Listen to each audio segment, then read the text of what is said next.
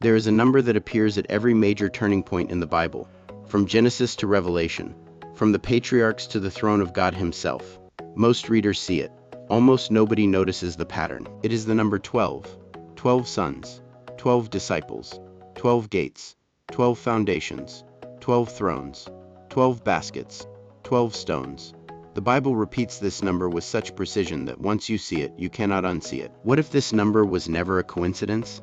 What if it is the signature of God's government woven from Genesis through Revelation, pointing to a reality that holds the entire Bible together? In Scripture, numbers are never decorative. 3 speaks of God, 4 speaks of the earth, 7 speaks of completeness, and 12 is the number of God's covenant people, the number of his government, the number where heaven and earth meet. The first time the number 12 takes center stage in the Bible is in the family of Jacob. After a lifetime of struggle, Jacob fathers 12 sons.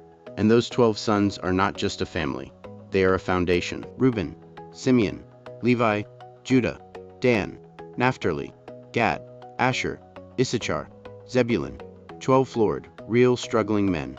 And from these 12, an entire nation will rise. By the time we reach Exodus, those 12 sons have become 12 tribes, a covenant people standing at the foot of Mount Sinai. Israel is not a single line of descent. Israel is 12. From its very beginning, God designs his people in 12s.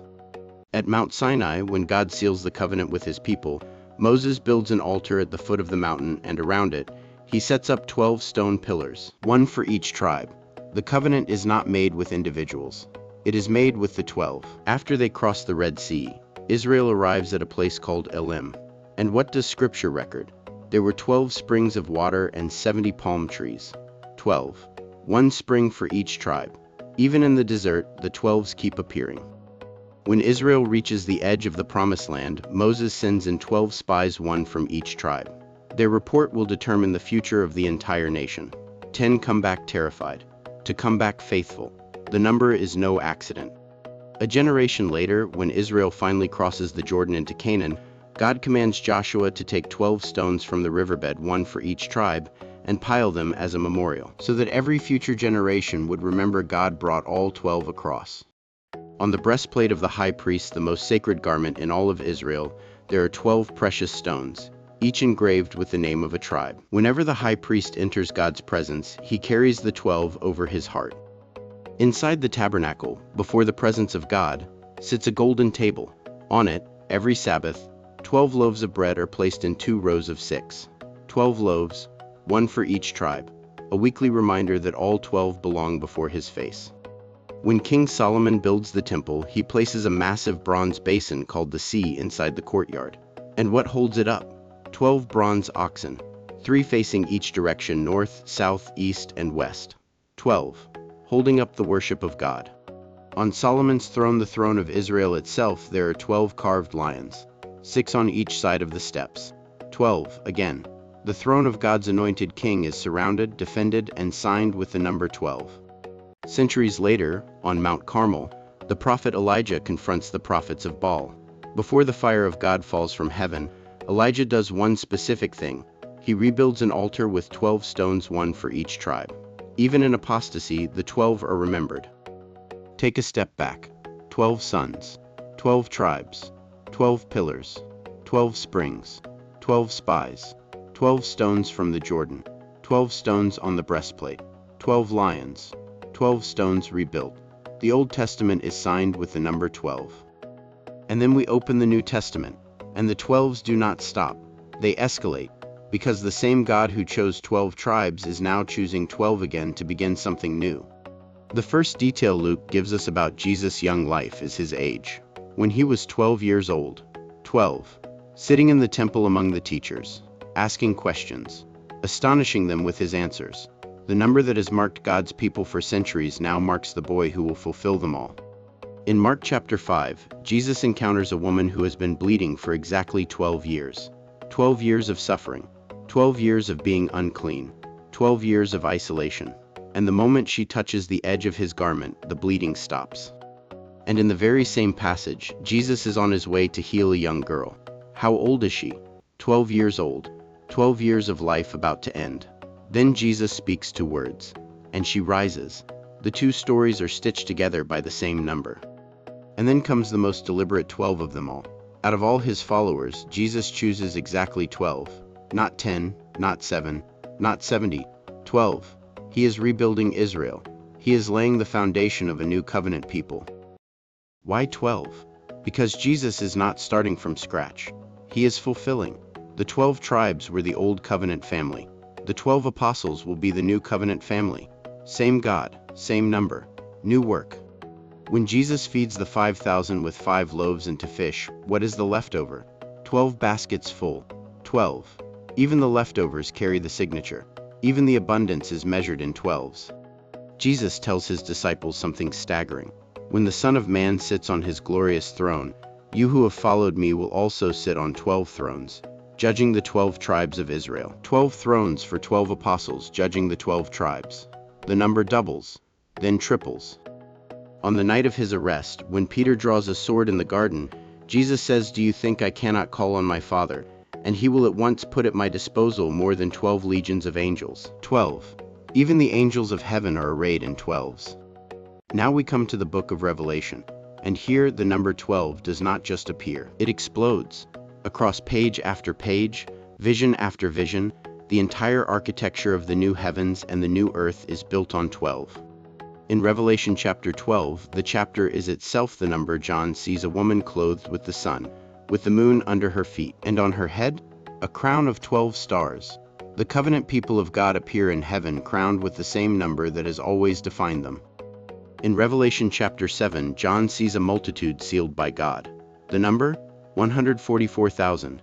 Where does that number come from? 12,000 from each of the 12 tribes. 12 times 12,000.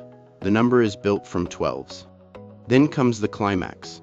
John is shown the New Jerusalem descending from heaven. And what does he see first? The city had a great high wall with 12 gates. 12 gates, 3 on each side, and at the gates 12 angels. And on those 12 gates, the names of the 12 tribes of Israel are inscribed. Every gate of the eternal city carries a tribal name. The covenant people who began with 12 sons now have their names written on the gates of forever. The wall of the city rests on something. The wall of the city had 12 foundations, and on them were the 12 names of the 12 names of the 12 apostles of the Lamb. The old covenant on the gates, the new covenant on the foundations, both made of 12. And then John measures the city itself. Its length and width and height are equal 12,000 stadia. The eternal city is a perfect cube, and every dimension is 12,000. The city of God is built to its very edges on the number 12. And in the middle of the eternal city, the tree of life. What does Scripture say about it? Yielding 12 fruits, each tree yielding its fruit every month. 12 fruits, 12 months. Even the harvest of heaven is measured in 12s. Stop and feel the weight of this. From Jacob's 12 sons in Genesis, to the 12 gates of the New Jerusalem in Revelation. From the tabernacle to the eternal city. From the tribes wandering in the desert to the multitude standing on the sea of glass. The same number, the whole way through. But why 12? Why this number specifically? In biblical numerology, 3 is the number of God Father, Son, Spirit. 4 is the number of the earth, north, south, east, west. And 3 multiplied by 4 is 12. 12 is the meeting place. 12 is heaven multiplied by earth. That is the deeper image. The number 12 is the mathematical signature of heaven coming down to earth. It is the number of God's order taking root in our world. Wherever 12 appears, God is saying, I am building something here that connects the two. That is also why 12 is the number of God's government. A king ruled with 12. Solomon had 12 royal officers. Jesus chose 12 apostles. The eternal city has 12 gates and 12 foundations. 12 is the structure of how God's kingdom is administered. And it is the number of God's family. 12 sons became 12 tribes. 12 apostles became the foundation of the church. 12,000 from each tribe form the great multitude. When God speaks of his people, he speaks in 12s. Here is what most readers miss. The 12 tribes are not just 12 genetic lines. The 12 apostles are not just 12 historical men. They are a frame, a pattern, a doorway, and every believer through every age is gathered into that frame. The 12 includes you. Picture this. The New Jerusalem has 12 gates. Each gate carries a tribal name, and to enter, you must go through one of those names. Through the covenant people, through the family that God has been building from the very first chapter of Genesis. There is no other way in.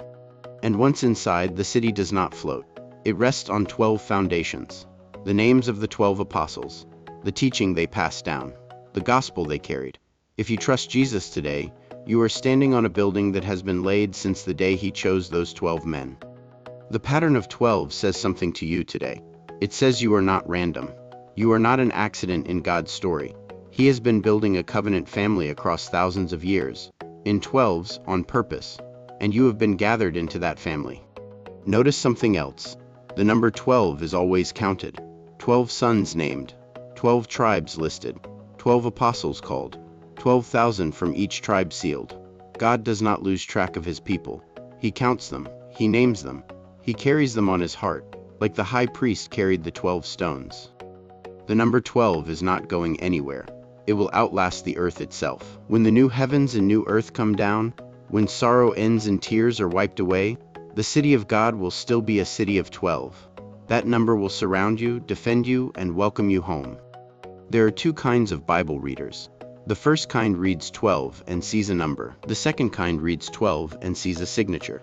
Now that you know what to look for, every time you encounter that number again in Genesis, in the Gospels, in Revelation, you will know what God is saying. He is saying, "This is mine." And there are more 12s than we can fit in one video. 12 gates of the temple, 12 cakes of fine flour, 12 lions on the steps of the throne, 12 precious stones beneath the bronze sea, 12 oxen offered at the dedication of the tabernacle. The pattern is not occasional. It is everywhere. A warning though, the number 12 is not a magic charm. It is a sign, a signpost. The point is never the digits. The point is the God who keeps signing his name across history. When you find a 12 in scripture, do not stop at the number, let it lead you to the one who keeps the count. And there is a deeper gospel hidden in this pattern. 12 was always meant to be God's people, but none of the 12 were perfect. The 12 sons of Jacob included Reuben, who slept with his father's concubine, Levi and Simeon, who killed a city, Judas, who betrayed his Lord. And yet God still built his covenant on 12s. Imperfect 12s, restored 12s. That is the gospel. The 12 that God builds is not made of perfect people. It is made of broken people restored. People like you, people like me. The number includes us not because we earned a slot, but because the shepherd refused to let any of his 12 be lost. Here is the question worth sitting with. If 12 is God's number for his covenant family, and that family is built across history, sealed in heaven, and gathered into the eternal city, then where do you stand inside that 12? Are you trusting yourself? Or are you trusting the one who is counting?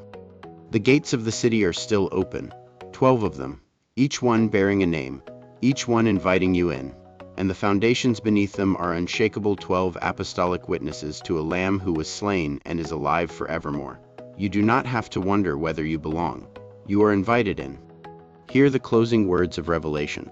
Blessed are those who wash their robes, that they may have the right to the tree of life, and may go through the gates into the city. The 12 gates, the 12 foundations, the tree with 12 fruits, all of it, open, to you, today.